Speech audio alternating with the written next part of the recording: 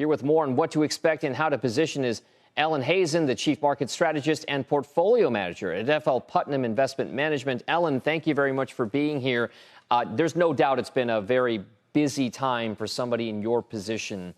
As you talk about the way the story is developed in the markets with clients, what exactly is the biggest concern out there right now? The tariff uncertainty seems to be more of a certainty because we've been dealing with it for so long at this point. I think the biggest concern that clients have is what is the tariff uncertainty going to settle out at? We know it's going to be much bigger. Last year, tariffs were only 2.5%, and now they're looking like high single digits, maybe even higher than that on average across the whole economy.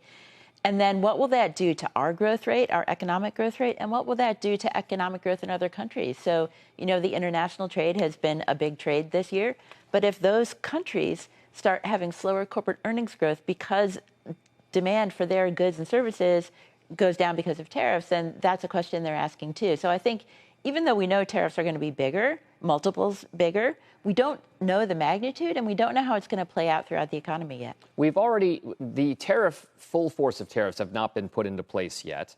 It's probably the reason why we aren't seeing as much corporate, I guess, headwind from some of these tariff policies in place now. When are we going to see them? Because it seems as though the markets as a discounting mechanism should have now been lower than all-time highs, given the fact that you are forecasting this to happen, yet the market keeps going higher to these record levels.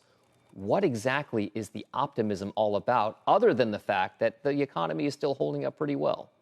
The economy is holding up pretty well. You can see that in the labor market, and you can see it so far in the inflation data.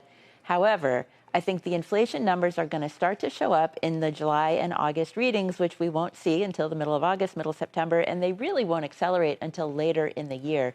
So I do think the Fed will end up staying on hold at the July meeting and potentially for the following meeting as well, because I think it'll be too soon to make a final determination about what's happening to inflation.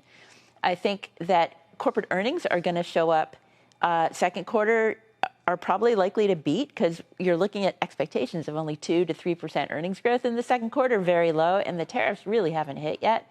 So I think second quarter earnings, which, as you mentioned, are going to come out starting tomorrow, those are going to be okay.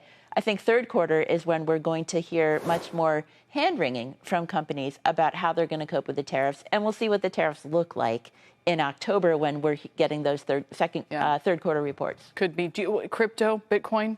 Do you have a point of view on it? Do you have any exposure to it? What runs through your mind as you watch the price action lately? So I think crypto and Bitcoin are really a play on inflation and on the U.S. dollar. I think of them as a currency. And so I think if you're concerned about inflation and the dollar, then they can deserve a place in a portfolio. But they're kind of like gold in the sense that they don't pay a dividend or pay any cash flows. So it becomes a hedge against that. And I'm a DCF person, always have been. So that is a little bit. Cash flow, yeah. Exactly. So that makes it a little bit thorny.